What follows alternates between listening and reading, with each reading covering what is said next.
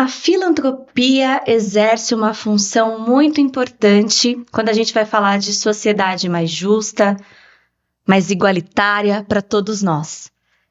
E é para entender como que a filantropia atua, né, nessa sociedade tão dinâmica, com tantos desafios, que hoje o nosso episódio acontece em parceria com a Paulo Social. E eu tenho a alegria de conversar sobre esse tema com o professor Custódio Pereira, ele que é presidente do Fórum Nacional das Instituições Filantrópicas. Professor, seja muito bem-vindo, obrigada pela presença, seja bem-vindo ao Paulo's Cast. Muito obrigado, prazer é meu. Professor, antes da gente entrar no tema, né, da filantropia, eu queria que o senhor se apresentasse para que quem nos acompanha conheça um pouquinho da sua trajetória. Obrigado. Bem, primeiro eu sou brasileiro de coração, mas nasci em Setúbal, Portugal. Família de imigrantes, uma família que nós enfrentamos muitas dificuldades, mas eu consegui um pouco do que sou graças a estudar, né? Então eu sou economista de formação, sou mestre em administração, doutor em economia pela Universidade de São Paulo, mestre pela Universidade Mackenzie, né? E na minha vida eu ocupei vários cargos de gestão, né? Comecei muito cedo, com 9 anos, naquele tempo com 9 anos podia trabalhar. Imagina, eu me sentia muito importante de dar troco, aprendi muito, né? E então eu trabalhei primeiro em banco, entrei como office boy, saí de lá praticamente num cargo de diretor. De lá eu fui para uma multinacional sueca, trabalhei numa empresa de plataformas marítimas, depois na indústria sueca. Depois na educação, entrei no Mackenzie, adorei educação, e a partir daí eu fui para a Fundação de Rotarianos, né? Eu tive o privilégio de você ser nossa aluna lá, não na minha gestão, uma excelente faculdade, parabéns pelo curso, né? E depois disso fui para Santa Marcelina, e a Santa Marcelina eu fiquei 10 anos na Santa Marcelina, uma eternidade, mas foi muito bem, tenho um carinho muito grande pelas irmãs. E depois disso, e durante esse período, eu sempre fui conselheiro independente de organizações. Acho que quase todas elas filantrópicas, né? Então essa vivência entre... e professor também. Professor, conselheiro independente e CEO de grandes organizações. Esse eu me sinto privilegiado, e uma família, uma esposa maravilhosa, um anjo de Deus na minha vida, e 2 filhos maravilhosos também. Bacana, que história bonita, professor. E aí a gente chega, né, até a filantropia, né, como o senhor comentou, sempre ali inserido. E o senhor, como, né, uma pessoa que está tão envolvido nessa questão, como que a gente pode definir para quem ainda tem alguma dúvida sobre o que é a filantropia? Como que a gente pode explicar para quem ainda tem alguma dificuldade de entender esse conceito? Entendi. Realmente, a pergunta é bastante pertinente e inteligente, porque quando se fala em filantropia, o nome filantropia vem do grego, philo, amigo, entropia, ser humano, é amor ao ser humano.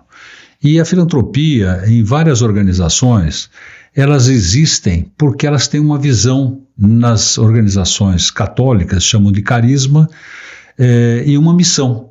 Então, não é pelos incentivos fiscais, é pela vocação da origem da instituição. Isto é de ajudar as pessoas das mais variadas formas. Quer dizer, toda organização que tem uma ação de ajudar o próximo, na verdade ela tem uma atitude filantrópica. Mas nós chamamos instituições filantrópicas, há uma variedade muito grande de instituições. Eu represento um pedaço desse grande universo, que são as instituições filantrópicas, isto é, que têm como visão, missão, ajudar o próximo das mais variadas formas, só que são aquelas que têm o SEBAS, isto é, uma certificação.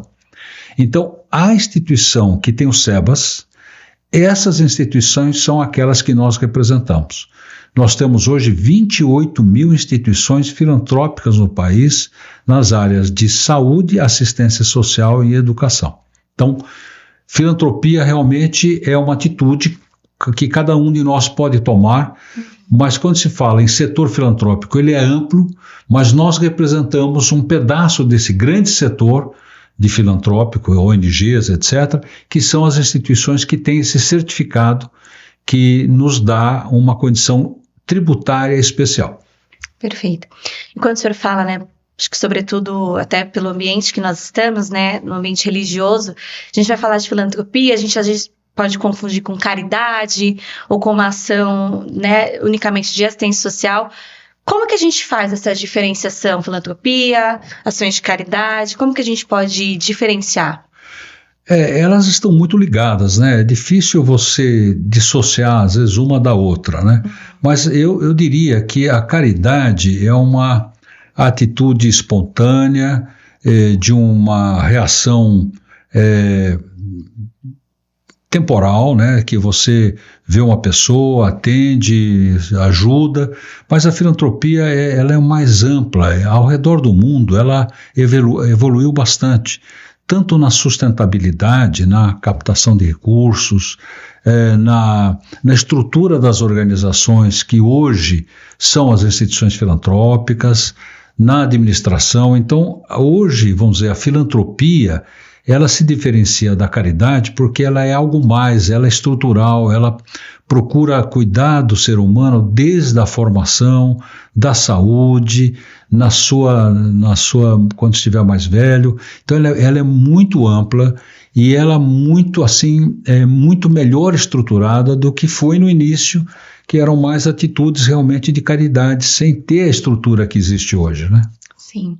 E o senhor, né, comentou na sua apresentação que o senhor passou por diferentes áreas, né, desde a saúde, muito em questão da educação, e a gente sabe que a filantropia, né, o senhor também já trouxe isso, tem um papel muito importante para que essas outras áreas da sociedade também, né, possam existir de uma forma bacana, de uma forma que, de fato, né, melhore a vida das pessoas. Como que a gente pode definir a filantropia nessas áreas, né? Como que ela de fato acontece? Como que ela realmente ajuda a essas áreas a acontecer da melhor forma? Entendi. Agora você veja, né? São instituições beneficentes nessas 3 áreas: educação, saúde e assistência social.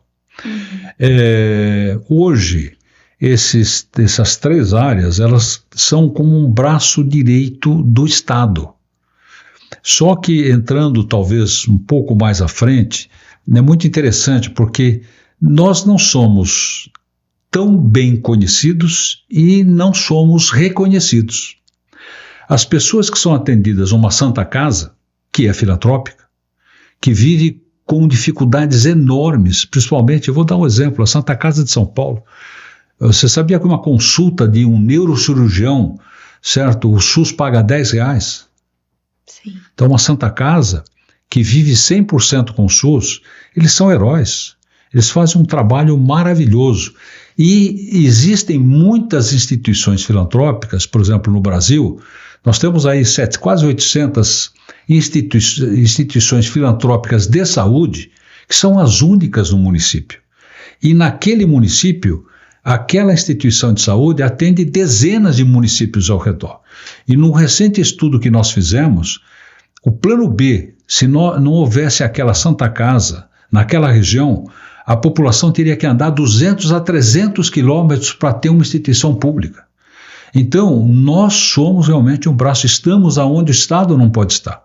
Aí você fala, puxa, mas como uma instituição tão grande, tão poderosa no sentido de fazer ações de resgate de situações bastante difíceis, não tem o reconhecimento? Eu acho que esse é um grande desafio, porque nós não somos conhecidos e também, quando somos conhecidos, nós não somos reconhecidos.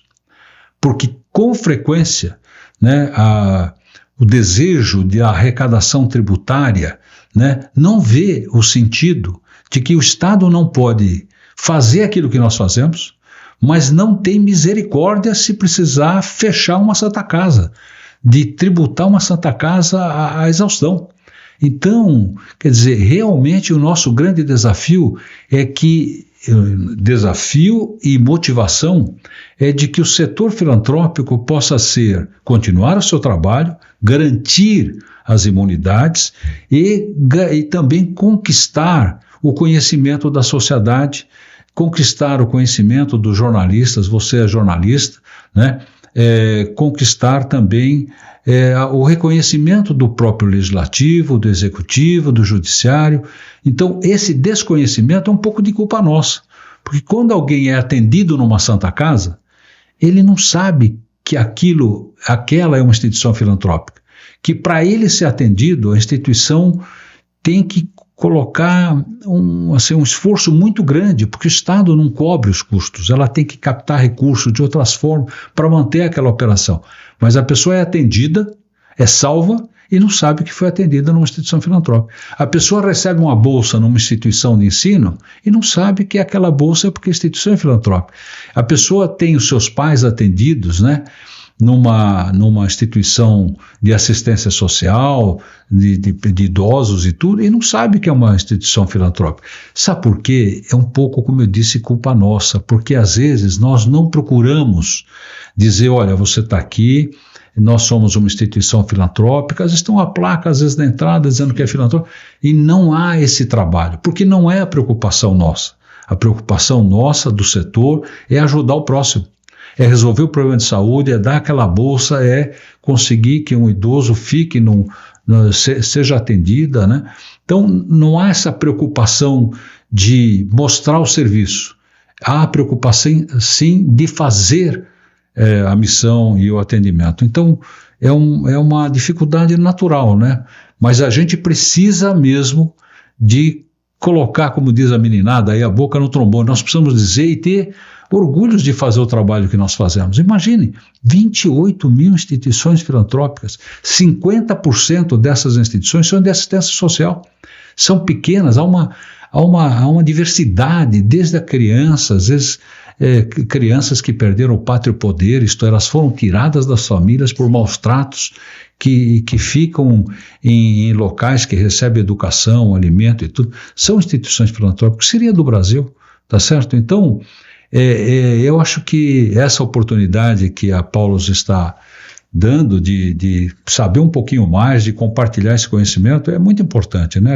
Cada um de nós deveria defender esse setor muito importante. O Brasil não existe sem... existem vários setores importantes, né, com todo respeito a todos eles, mas sem o setor filantrópico, o Brasil estaria imerso numa grande dificuldade em todas as áreas, educação, saúde e assistência social.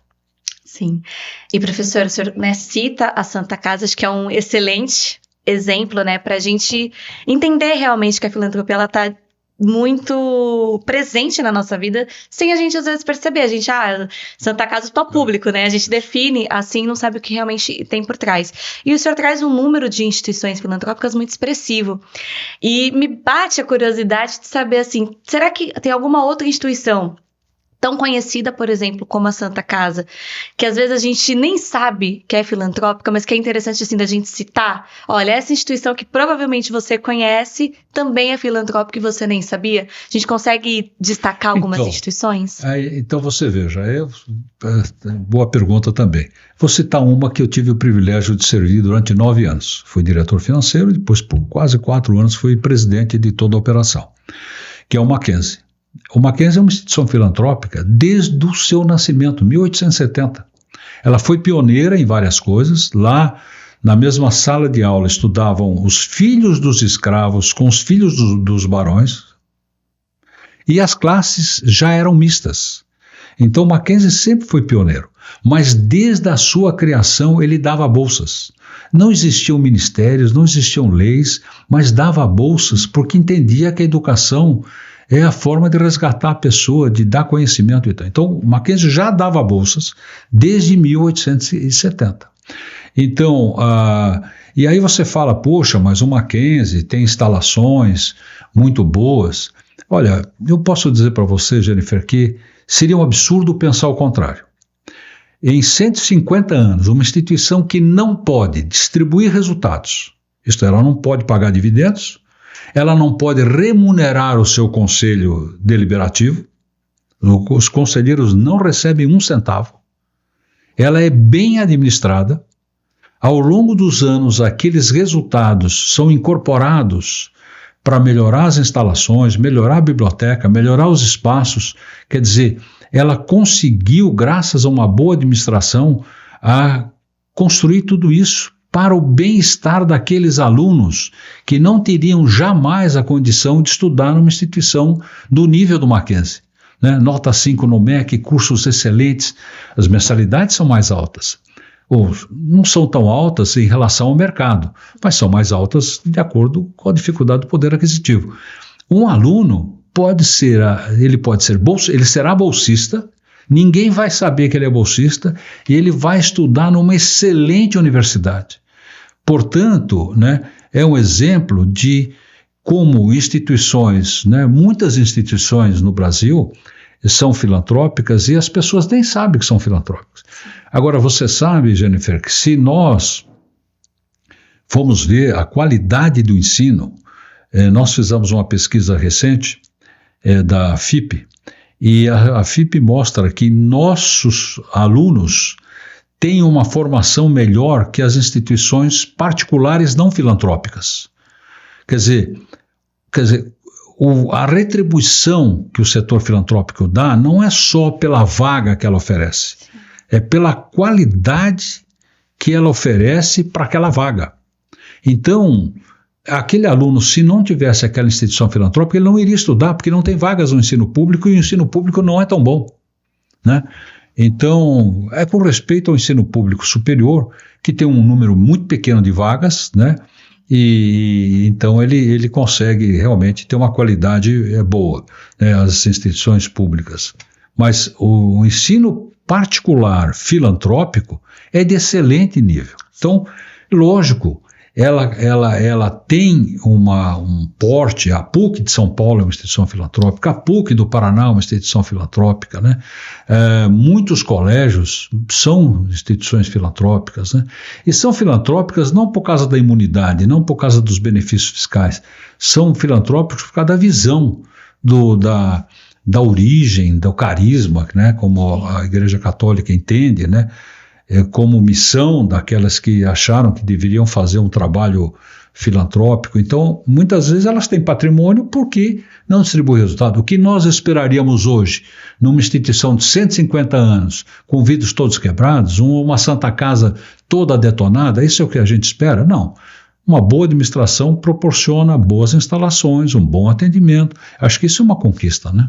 Sim, e quando o senhor fala, né, acho que sobretudo das instituições de ensino, a gente tem a percepção de ser filantrópico tem que ser meia boca, né, a gente tem essa confusãozinha, a gente acha que quase como que se a gente merecesse o mínimo, né, acho que a sociedade sempre, filantrópico, então qualquer lugar para colocar esses alunos serve, quando na verdade não, né, a filantropia vem para virar essa chave realmente e tentar, a partir dos seus recursos, oferecer para todo mundo melhor. Então, você imagina, a assistência social, ela para poder atender uma determinada causa, ela às vezes tem uma atividade meio.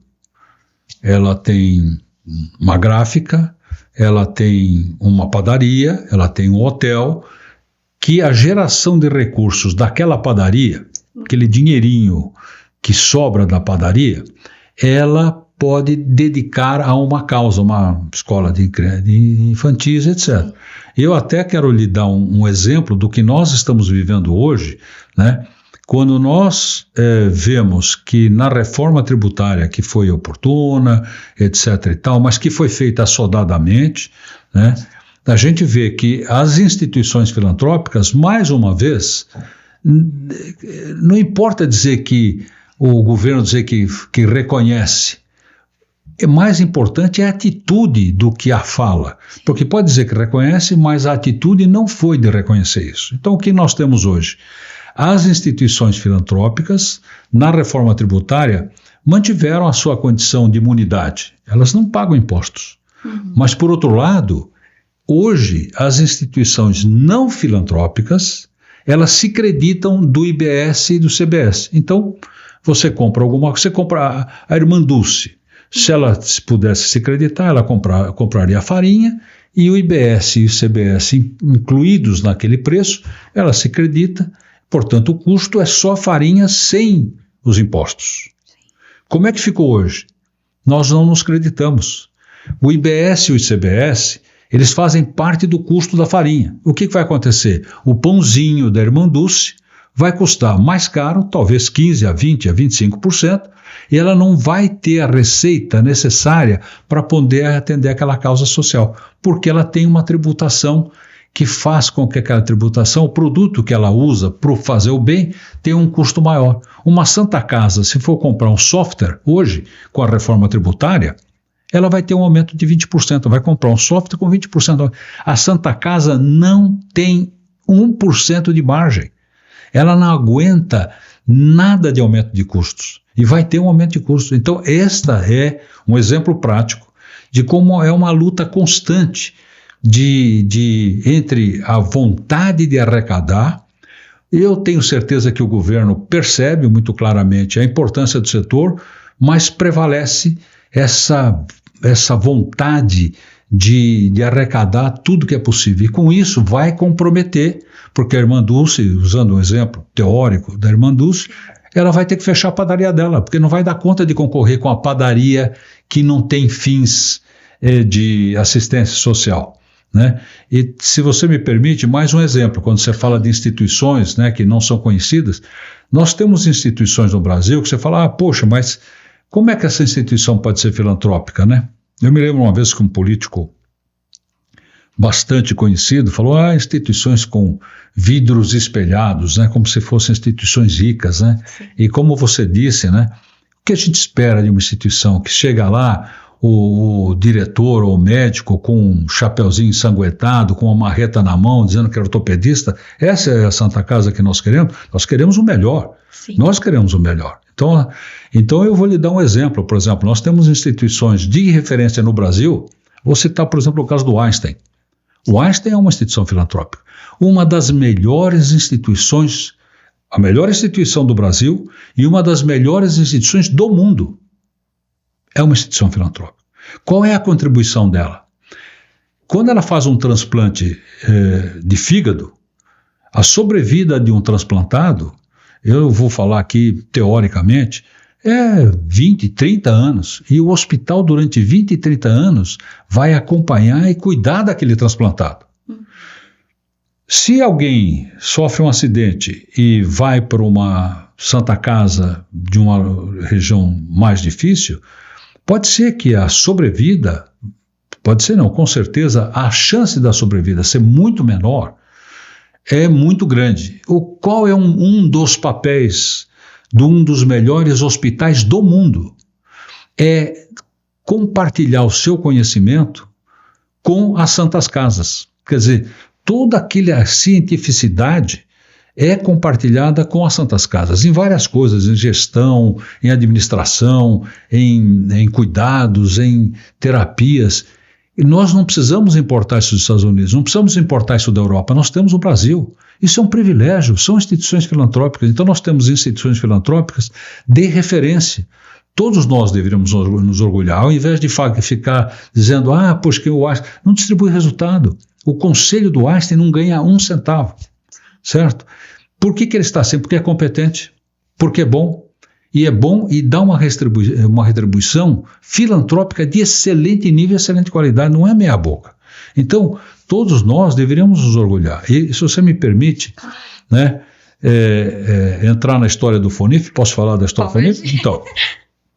Então o que acontece é o seguinte, eu quando eu era presidente do Mackenzie, 3 meses depois, eu recebi informação de que o Mackenzie havia perdido o seu certificado SEBAS. Vamos só explicar o que é esse certificado para quem não conhece. Muito bom. Na verdade, é um certificado que você recebe porque você comprova de que você atende à legislação em dar contrapartidas para receber aquelas imunidades. Então, por exemplo, nós não pagamos a cota patronal, somos imunes aos impostos. Qual é a contrapartida? Nós temos que atender nas Santas Casas até 60%, no mínimo 60%. O restante pode ser privado, mas 60% você tem que atender. 60% numa condição que há mais de 20 anos o governo não reajusta a tabela. Quer dizer, o SUS é um tremendo de um problema sob o ponto de vista de sustentabilidade. Né? Então, o que o SEBAS é como se fosse um diploma que diz que você passou em todos os exames, fiscalizações, etc., porque nós somos auditados, somos fiscalizados pelo Ministério da Educação, Ministério da Saúde, Ministério do Desenvolvimento Social, pela Receita Federal, pelo Tribunal de Contas. É isso. Quer dizer, se há um setor que é fiscalizado, é o nosso setor. E, além disso, nós não só somos fiscalizados, mas nós comprovamos que para cada R$1 de imunidade, o setor retorna R$9. Então, se fosse um investimento, não dá para você, se fosse 1 para 1 já seria vantagem. Para cada R$1 de imunidade, o setor devolve 9 vezes mais. Então, esse certificado é como se dissesse, olha, a instituição está de acordo com a legislação, dá todas as contrapartidas e tudo, né? Então é um setor que é muito regulamentado, é um setor que é muito fiscalizado, mas é um setor que entrega produtos de qualidade, né? Perfeito. E aí você iria contar da história do FONIF. Eu vou contar a história do FONIF. Então, eu tinha assumido a presidência do Mackenzie, 3 meses depois, o Ricardo Berzoini tirou a nossa filantropia. Eu não estava preparado para aquilo. Era uma instituição centenária, de grande visibilidade, e nós começamos a ser manchete no jornal. E o que você fala? Que o ministro está errado? Que ele se equivocou? É muito difícil você contemporizar, explicar, etc., né? E aquilo foi muito, muito difícil, foi um grande aprendizado. Você que é jornalista, eu li todos os livros de crises de reputação. Aprendi muito, né? E muitas vezes é você e Deus, porque todo mundo quer ajudar, mas a responsabilidade é sua. Sim. No fim deu certo, né? E realmente foi revertido, mas aquilo ficou muito, muito presente na minha vida como uma experiência muito difícil. Porque quando eu cheguei no Mackenzie, tinha lá várias jornalistas querendo saber o que eu achava. Eu não estava preparado para aquilo. Então foi uma experiência traumática, mas foi um grande aprendizado. Eu já tinha saído do Mackenzie e aí eu vi no jornal, né? Até eles usavam uma palavra que pegou muito, que eu não vou usar agora, né? Uma mudança da palavra de filantropia, e aí na primeira página do jornal falava em algumas instituições, Fundação Dom Aguirre, Mackenzie, Metodistas, etc., Santa Casa não sei de quê, dizendo que essas instituições não eram sérias. Aí eu falei, puxa, aí voltou à memória. Eu falei, gente, nós estamos aqui desde o descobrimento do Brasil, sabe? Nós estivemos aqui com os jesuítas dando bolsa, né? Instituições centenárias, Santa Casa de São Paulo, quase 500 anos, 464 anos, né? Então nós estamos aqui fazendo bem, lutando pela população. Não é possível, nós temos que nos reunir e reverter isso. Aí eu convidei, eu sempre gostei muito de relacionamento, né? Sempre tive um bom relacionamento. Aí eu convidei ali umas 7, 8 pessoas, no fim acabaram indo 43 pessoas, não tinha lugar. E nós fizemos uma primeira reunião dizendo, gente, nós temos que reverter isso. E aí começou o movimento do fórum. Eu não queria ter CNPJ, mas nós precisamos saber quem nós éramos, o que nós representávamos. Precisamos fazer uma pesquisa. Para fazer uma pesquisa você tem que pagar. Para pagar você tem que ter dinheiro. Para ter dinheiro você tem que ter identidade.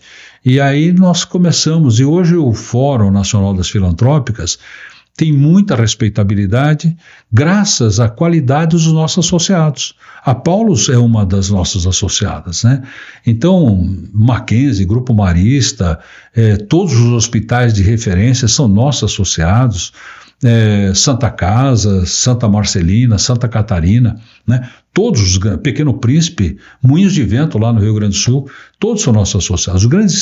Os grandes grupos de educação são nossos associados. Os adventistas são o maior grupo de educação no país, com 500 escolas, dão milhares de bolsas. O Mackenzie, se não me engano, dava 20 ou 30 mil bolsas. Imagina, né? Ninguém sabe disso, né? É um critério muito rigoroso para dar bolsas. Então, com base nisso, nasceu o FONIF. Hoje o FONIF é respeitado, nós indicamos nomes para o Conselho Nacional de Educação. Nós estamos no CONFOCO, que é um órgão de assessoria da Presidência da República. Nós hoje estamos, mais uma vez, lutando para tentar reverter esse assunto do crédito do IBS e do CBS, certo? Que a gente percebe que o governo quer jogar para depois das eleições, e nós não podemos esperar isso, porque depois que esse assunto começar a ser tributado, as instituições que hoje não estão percebendo a gravidade do assunto, quando perceberem vai ser tarde demais. Sim. Então, e são lutas periódicas. Nós tivemos um problema na reforma tributária na Câmara dos Deputados, que nós tivemos uma luta muito grande para manter os direitos que nós já tínhamos conquistado. Sim. Depois foi no Senado, no Tasso Gereissati, que queria deixar a filantropia só para santas casas, certo? Conseguimos resistir a isso também. E agora nós estou dando grandes nomes. Inclusive no passado, nós não tínhamos nem o reconhecimento de sermos entidades imunes. Havia um questionamento sobre isso. Então eu creio que o Fórum deu uma grande contribuição durante esses poucos 13 anos. Nós vamos entrar na adolescência, né? Eu acho que nós fomos muito abençoados no sentido de conseguir, nós nem sabemos como, né? Porque às vezes as lutas são tão grandes e nós temos tido o privilégio de vencer. Sabe, eu acho por quê? Porque nós temos instituições de alta credibilidade, instituições centenárias, fazemos um trabalho incrível nas 3 áreas que eu disse, né? Uma capilaridade, estamos em regiões que no dia que a sociedade puder entender, nós vamos ter a real proteção que nós precisamos. Nós vamos ter a blindagem da sociedade que reconhecerá que nós somos fundamentais e por isso a filantropia não pode ser tirada de nós, porque senão o país vai ficar, as crianças vão ficar abandonadas, os idosos vão ficar abandonados, não vai ter saúde e não vai ter educação, porque o setor público não consegue, o setor público na educação superior tem vagas muito limitadas. 75% ou 85% de toda a educação superior não é dada pelo setor público, é dado pelo setor particular. E dentro do setor particular também estão as filantrópicas. Sim, acho que muito, obviamente, são os desafios, né? O senhor cita alguns deles, mas também, assim, esse adolescente, vamos chamar assim, também já conquistou, né, muitas coisas, já contribuiu muito para a sociedade. Eu sempre gosto de trazer exemplos concretos para a nossa conversa, para mostrar que, assim, há muito ainda precisa ser feito. A gente sabe, os desafios são inúmeros, mas muito também já foi feito. É sempre bom a gente olhar o copo meio cheio, né? Vamos recordar um pouquinho das conquistas, né? O senhor citou alguns, mas algumas outras conquistas que o FONIF já teve e já contribuiu para a sociedade. Então, eu acho que quando nós olhamos para trás, né, a gente se sente gratificado, né, porque não fui eu, não foi a diretoria, acho que foi um conjunto, foi a motivação, porque o que nos motiva, quando nós vamos para o Congresso, não é porque uma instituição filantrópica sobrevive sem a filantropia. Qual é o problema? Ela não vai conseguir atender aquele que mais precisa. Então, o grande motivador nosso é poder continuar e ampliar o trabalho de assistência social, de educação e de saúde, né? Mas se você me permite, né, dentro essa ideia de tornar o setor mais conhecido, nós fizemos um passo atrás. Primeiro nós fizemos um diagnóstico. Sim. O que o governo pensa de nós, o que o parlamento pensa de nós, o que os jornalistas pensam de nós. E muito interessante porque nós constatamos realmente que eles não nos conhecem.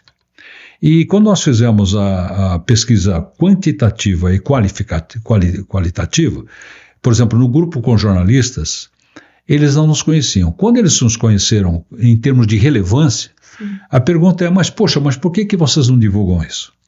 Mas nós divulgamos. Nós estamos nas redes sociais, mas você imagina, tudo precisa de muitos recursos. Nós não não temos verba para estar na televisão e tudo, para poder estar falando de nós, etc. e tal. Então é uma grande dificuldade. Então, o que agora nós fizemos a questão de alguns anos, né? Nós fizemos um gibizinho da Turma da Mônica, né? Depois eu vou até mostrar aqui, se eu tiver oportunidade, que graças a um apoio do Maurício de Souza, e o Maurício de Souza doou os direitos autorais, e nós conseguimos fazer o gibizinho da Turma da Mônica. Para quê? Para que esse gibizinho fosse usado nas escolas, né? E as escolas pudessem fazer exercícios com os alunos, com os pais, mostrando o que é o setor filantrópico. Então aqui é o gibizinho da Turma da Mônica, esse aqui é o Filantropino, certo? Que foi desenvolvido pelo Maurício de Souza, e quando você lê a historinha, está no nosso site, é www.fonif.org.br. Então depois você puder até colocar no lettering, né? Então esse gibizinho, ele foi motivo de distribuído pelo Brasil. É lógico que teria que fazer 200 e poucos milhões para que cada habitante recebesse. Inclusive nós temos ainda a população que não sabe ler. Imagine, nós estamos... É inadmissível isso. Nós temos em regiões que não tem água, que recebem caminhão-pipa. Nós estamos aqui há centenas de anos. Como é que nós não resolvemos isso? Né? Então, o setor filantrópico é que dá esse amparo à população mais carente. Então, uma ação que nós tivemos, assim, foi nas escolas, de pudessem fazer exercícios, trabalhos sobre o que é filantropia nas crianças, e isso envolveria os pais. Por outro lado, também agora, mais recentemente, nós temos uma ação chamada Filantropia na Cidade. Nós estruturamos isso, fizemos uma governança da filantropia na cidade, e nós quisemos começar numa cidade pequena para a gente sentir se era possível ou não era possível. Então nós começamos aqui no pequeno município, na primeira cidade de São Paulo, com 32 subprefeituras, né? E deu super certo. Nós tivemos mais de 6 mil voluntários e atendemos 40 mil pessoas nesse ensaio da filantropia na cidade. Só para começar. Só para começar. Então, porque você sabe, Jennifer, que eu entendo o seguinte, eu sempre, administrador, economista, etc e tal, mas eu sempre tive essa vertente do social. Então, lá no Mackenzie, a prosa pode ir longe, mas lá no Mackenzie, eu, quando assumi a presidência, eu fui visitar, sempre gostei muito que nós chamamos do chão de fábrica, eu sempre gostei muito de estar nas bases, né? Então fui visitar as escolas, as faculdades e tal, né? E lá, o assunto algumas ações sociais, eu falei, puxa, mas vocês fazem isso? Muitas ações sociais que as escolas faziam e as faculdades faziam, e eu desconhecia. Sim. Aí eu fiz um resumo, e o resumo era dizer quem que vocês atendem, quantas pessoas, qual é o nome, e fizemos um projeto sobre isso daí. E aí então nós fizemos o primeiro balanço social. E quando chegou no aniversário do Mackenzie, nós fizemos o Dia Mackenzie Voluntário, que hoje, números antes da pandemia, com isso eu concluo, número antes da pandemia, nós tínhamos 50 mil voluntários e atendíamos 700 mil pessoas, um grande mutirão social. E o Filantropia na Cidade é juntar a sociedade em ações de filantropia, de iniciativa, de responsabilidade social, em escolas, na sociedade, porque, Jennifer, nós não podemos passar na rua de carro, com ar-condicionado, com pessoas vivendo miseravelmente, comendo de latas de lixo. Isso não é aceitável. Você pode dizer, o cara é vagabundo. Você não pode normalizar isso. Não pode, nós não podemos conviver com isso, nós temos que fazer alguma coisa. Então, essa filantropia na cidade é juntar um pouco do que cada um faz e transformar isso, dizendo, nós vamos fazer em outubro, dia 1º de outubro ao dia 30 de outubro, porque dia 20 celebramos o Dia Nacional da Filantropia. Isso é só um começo de conversa para que a sociedade se mobilize, para que a criança, o jovem, saiba que ele pode ajudar também, não é ficar dependendo do Estado. Cada um de nós pode fazer alguma coisa, nós precisamos transformar a sociedade, né? Perfeito, o senhor falou, né, sobre o Dia né, dedicado a pensar a filantropia. Eu queria que o senhor desse mais detalhes desse dia, contar um pouquinho como que surge essa iniciativa e o que a gente pode esperar dessa data. Então, a iniciativa surge exatamente por causa do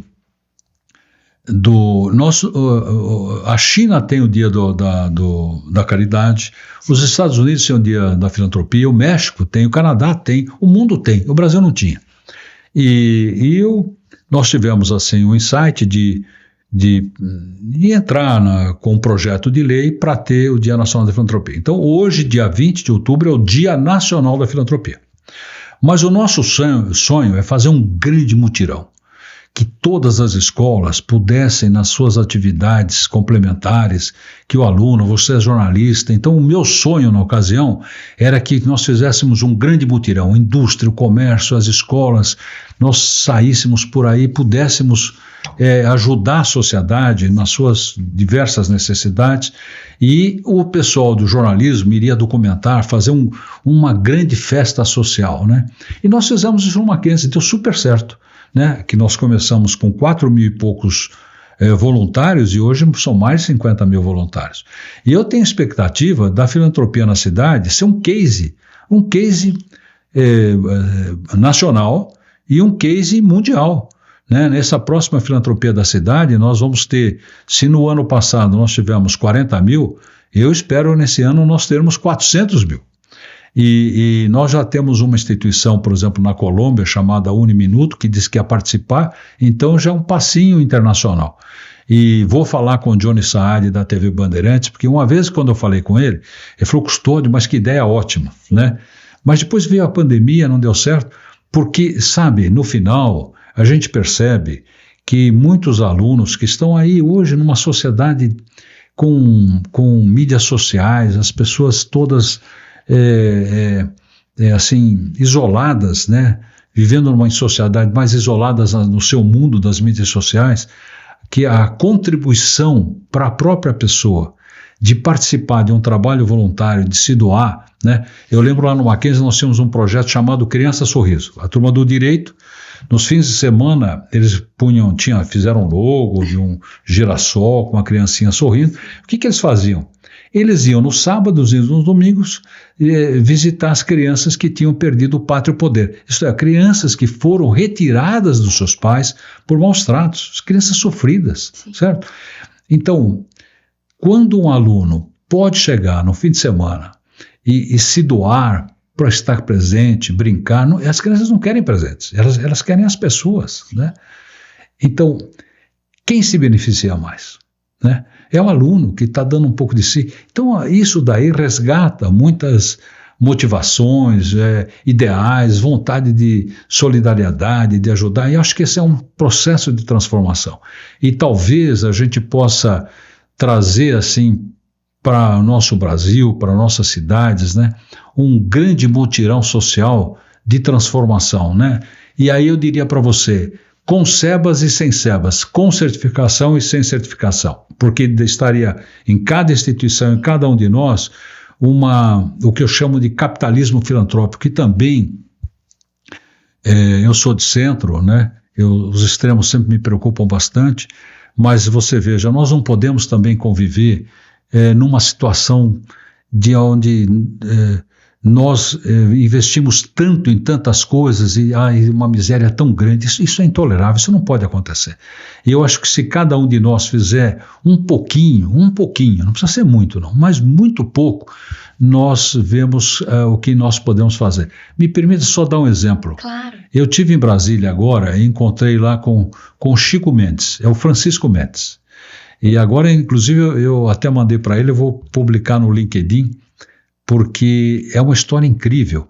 Ele tinha um filho com câncer e perdeu o filho. E como ele e a Sônia reagiram? Eles trouxeram para o Brasil o Instituto, a Fundação McDonald's. E hoje essa fundação atende milhares de crianças com câncer. Foi uma iniciativa do Francisco. Quer dizer, como ele, nós temos inúmeros casos que as pessoas podem transformar. E não precisa ter o sofrimento para reverter isso para a sociedade. Mas nós precisamos despertar na sociedade essa bem-querência, esse capitalismo filantrópico, de que toda empresa, quando se fala em ESG, eu acho muito legal, mas muito se fala e às vezes pouco se faz. Você vê instituições que fazem relatórios maravilhosos e serve na recepção copo de plástico. Plástico, ou nós acabamos com o plástico, ou o plástico vai acabar com o mundo. Nós lançamos toneladas de plástico. Hoje o plástico, o microplástico, já é constatado na corrente sanguínea em alguns órgãos nossos, porque a gente está respirando plástico. Sim. Então, muito se fala do ESG, e o S, que é do social, muitas vezes a instituição nem pratica isso. Então nós precisamos tornar assim um mundo melhor. Nós estamos aqui por tão pouco tempo. Então eu acredito firmemente que esse projeto, né, de filantropia na cidade, agora nós falamos com a FENEP, Federação Nacional das Escolas Privadas, são 45 mil escolas privadas. E a Amabile, que é a nossa querida presidente, falou, não, Custódio, vamos participar. E já falei com a CMB, Federação das Santas Casas e Misericórdia, são 1.814 Santas Casas. Então, se nós conseguirmos 1% do que eu tenho de expectativa, nós vamos chegar a um grande número. E com isso, sabe, a gente vai criando essa mentalidade e transformando o mundo. E talvez tendo o reconhecimento que a gente precisa ter. Mas mais do que o reconhecimento, são os resultados e são as ações. Filantrópica SEBAS ou filantrópica não SEBAS, o ser individual ou a instituição, nós precisamos, cada um de nós, praticar filantropia. Com certeza, professor. É muito interessante, já caminhando, né, para a conclusão dessa nossa conversa, acho que foi muito esclarecedora, no sentido da gente entender o que é a filantropia, mas mais do que isso, a gente vê que a filantropia não é algo inalcançável. Né? Eu acho que quando o senhor fala assim, de um aluno que vai fazer uma ação, né, que quem mais ganha é ele próprio, eu acho que a gente está refletindo sobre isso, né? Sobre como a filantropia é palpável, como cada um pode contribuir, acho que isso é muito importante. Então, até para a gente ir concluindo, né, e já agradecendo a sua presença, todo o apoio da Polo Social, eu acho que a gente pode terminar com uma última mensagem de encorajamento e de esperança. Né? Eu acho que é uma boa forma da gente terminar essa conversa e falando, né, assim, o sentido da filantropia, como que a filantropia pode fazer parte da vida de cada um enquanto sociedade. Então, é uma atitude muito simples de generosidade, não é?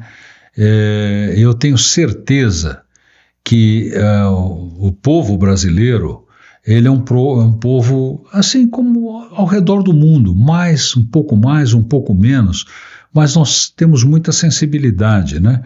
Então, eu quero crer que cada um de nós pode dar uma grande contribuição. Então, eu quero até, Jennifer, convidar todos que acessem o nosso site, procurem Filantropia na Cidade. O nosso site, mais uma vez, é o www.fonif.org.br. Lá você pode baixar o gibizinho, você pode ter acesso a pesquisas, você pode ter acesso a tudo aquilo que nós fazemos, porque aquilo que nós fazemos no final em benefício daqueles que mais precisam. Então essa história que eu contei do Chico Neves, minha mãe me ensinou a não chamar ninguém por apelido. Eu tenho muita dificuldade de chamar as pessoas por apelido.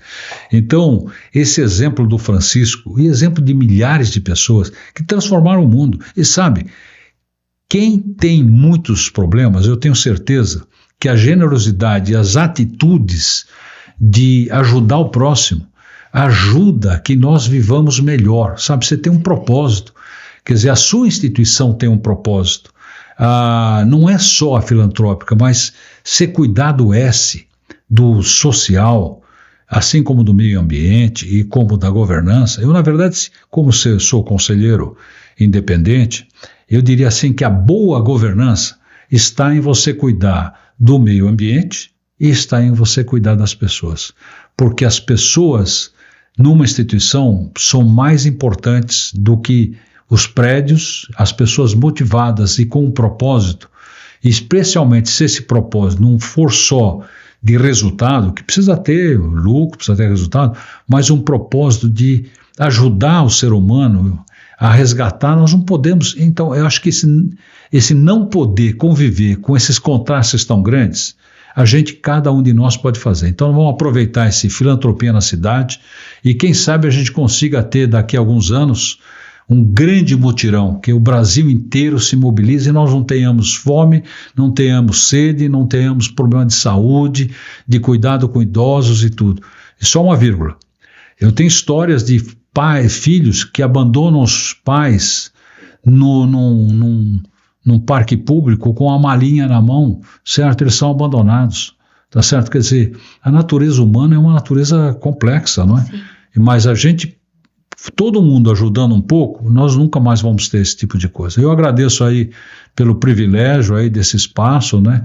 E espero ter outras oportunidades aí a falar dessa causa tão boa que é poder ajudar as pessoas, né? Acho que isso é muito importante. A gente se ajuda quando a gente ajuda as pessoas. Com certeza, professor. Seja sempre muito bem-vindo. Obrigado. Já fica o convite para voltar quando quiser. Muito obrigada por um bate-papo tão esclarecedor. Eu acho que todo mundo aprendeu algo novo sobre filantropia e é muito importante. Acho que é mudança parte ali do conhecimento, da gente realmente entender o que é esse processo. Então, muito obrigada pela presença. Seja sempre muito bem-vindo. Muito obrigada a Dani, a Mira, a toda a Paulo Social, que sempre, nos apoia indicando os convidados, trazendo os convidados. Essa parceria é muito importante. A Paulus, que é filantrópica também, então também faz parte, dessa missão de transformar o mundo num lugar melhor para todo mundo.